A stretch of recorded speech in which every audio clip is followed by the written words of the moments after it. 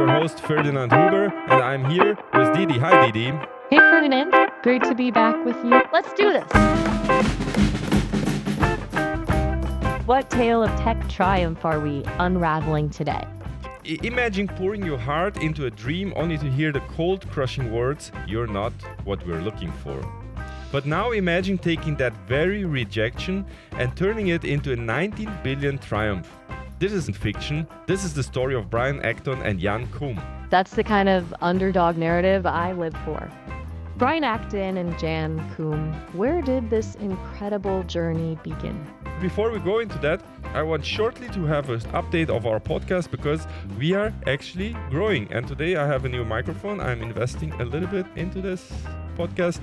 And we have more subscribers or more listeners joining our small little community. Do you want to know how many? Absolutely. A new microphone and a growing listener base. That's fantastic news. I'm always curious about the numbers. So last time we had 21, and now on the press of the button, we will see how many we have left. Here we go. Ooh, 21. Suspenseful.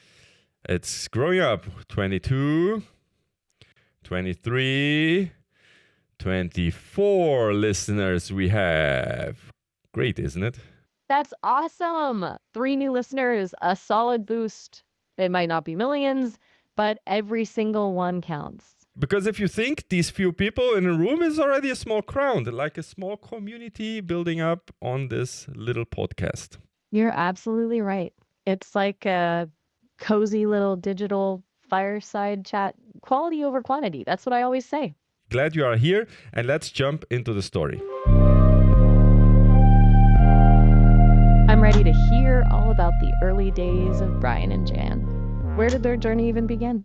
Jan Koum, he grew up in Ukraine, just outside of Kiev during the Soviet era.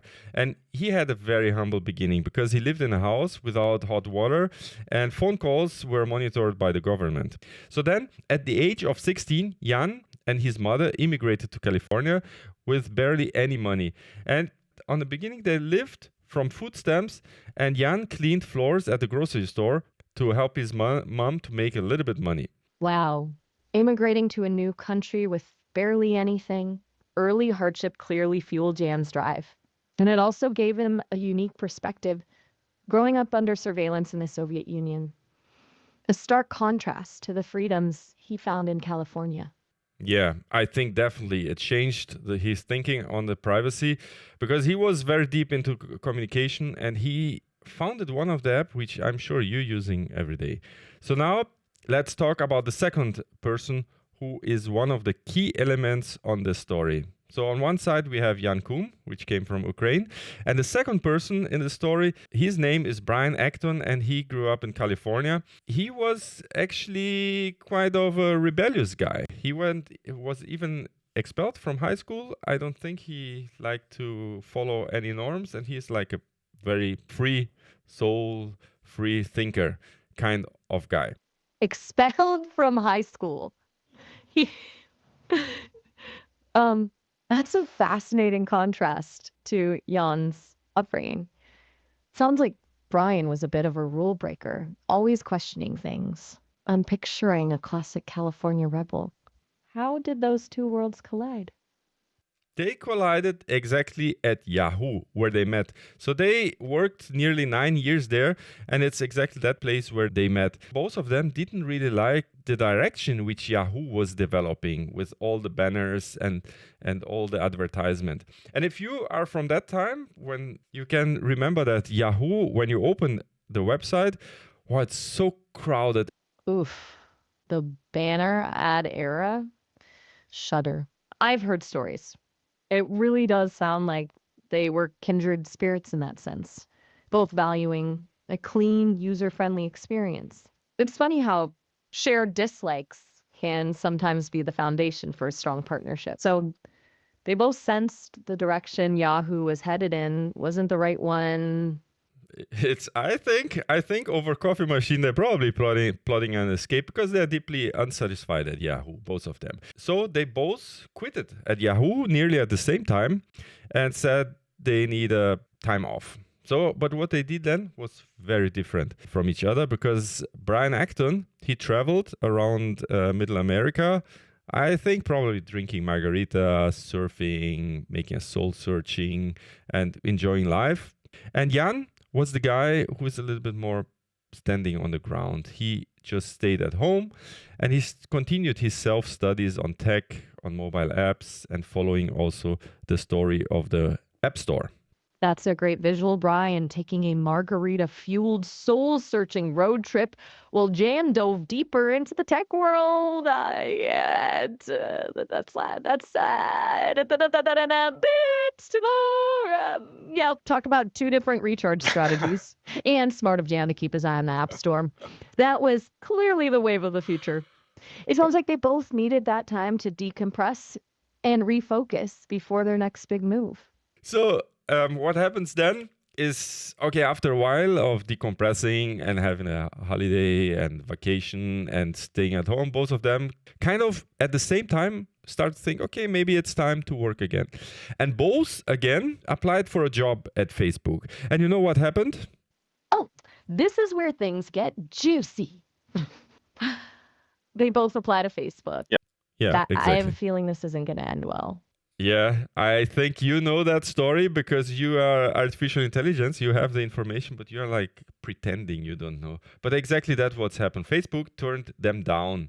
Oh man, that's a gut punch. Rejected by Facebook, especially after hoping to join the company reshaping how people connect. So imagine now Koum is sitting at home, Jan Koum is sitting at home, just wondering what should I do, navigating on the internet. And then the story starts to change. Now they start to build their mind from asking for a job and being unemployed or just wandering around to, okay, what will we do? Let's find an idea. Let's develop something. And at that moment, Jan Koum started to notice the newly launched App Store. And he found that the small icons which found on the iPhone, on the apps, that gave him an idea. An app on your status. So a simple app where you can see what's your status. Are you working? Are you busy? Are you sleeping? Are you on free time? Only that simple idea. Okay, that's a simple but clever idea. A way to quickly see what your friends are up to without having to text them individually. Feels almost proto-social media.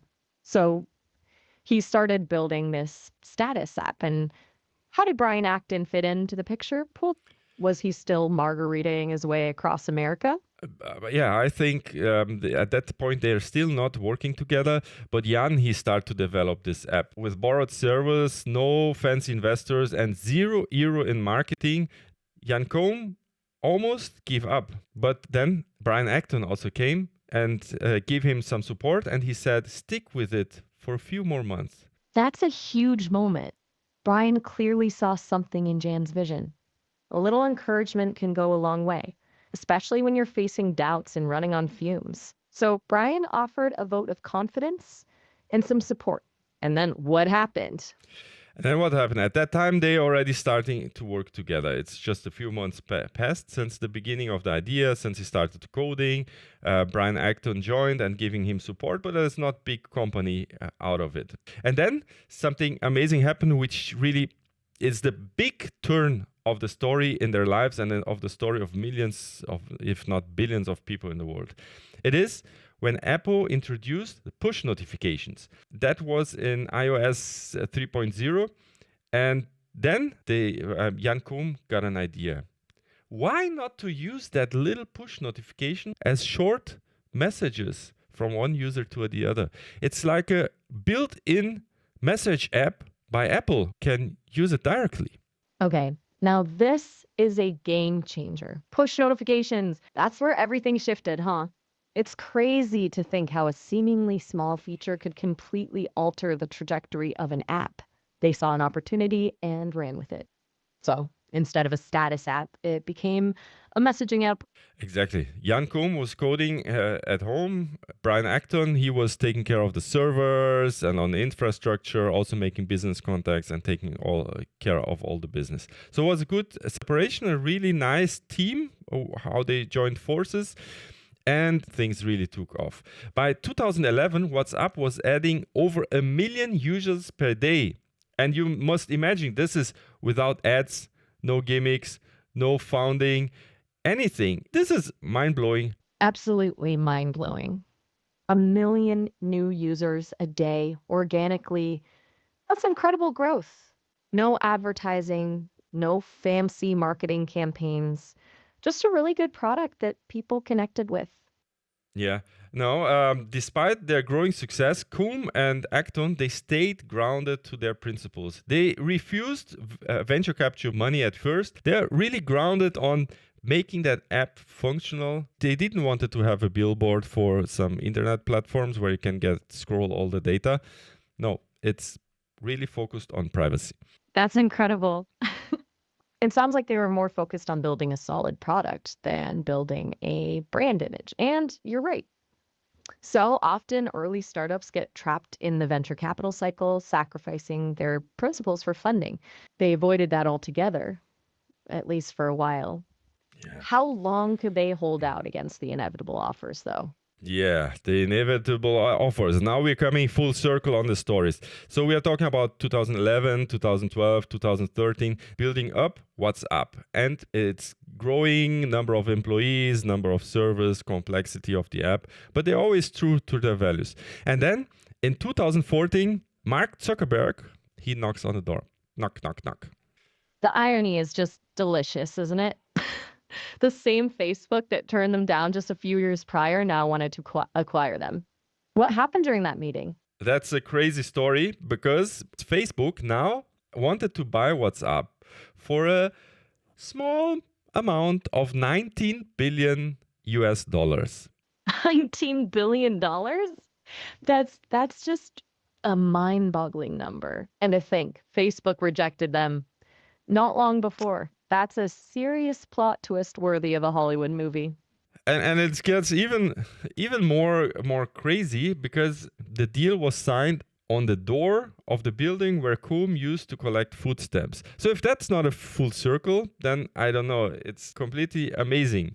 Wow, that is an incredible full circle moment. Signing the deal in the same building where Jan used to clean floors, that's the stuff of legends. You can just imagine the emotions swirling around in that room. That's a testament to the fact that sometimes life comes full circle, the Yeah. most unexpected ways.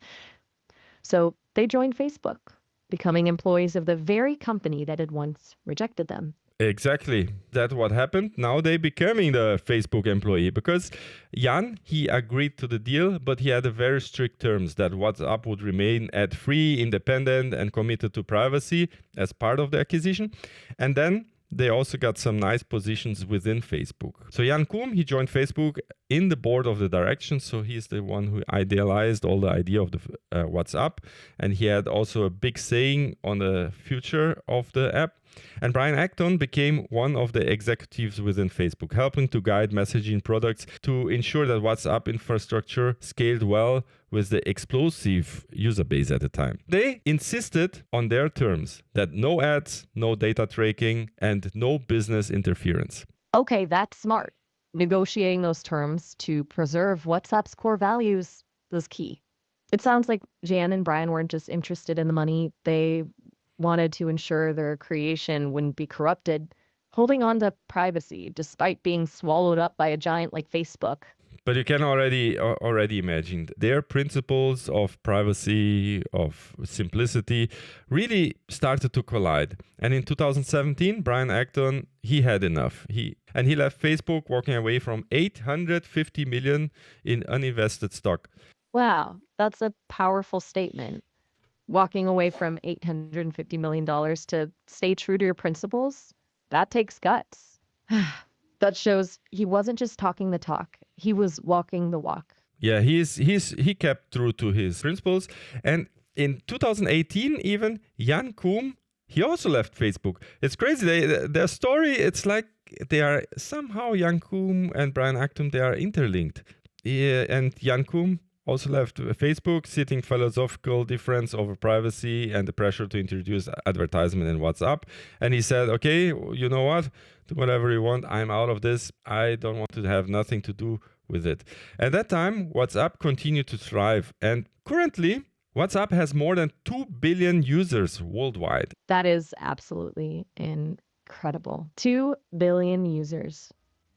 From cleaning floors and being rejected by Facebook to creating an app used by 2 billion people, it's a Cinderella story for the digital age. And I would like to use this moment to reflect about our own life. How much do we bend? How much you want to stay true to your core values? I hope this story gives you also some insights, some good ideas, and make you reflect on the simple, humble beginning of these two gentlemen who founded the world's biggest app. It really highlights how much grit and sticking to your guns can pay off, huh? Thank you for listening to AI Talk Show. I hope you enjoyed this. And for more inspiring stories on tech, business, and life, make sure to follow the podcast on Spotify or on any other platform. Take care, and I see you on the next one. All right, have a good one.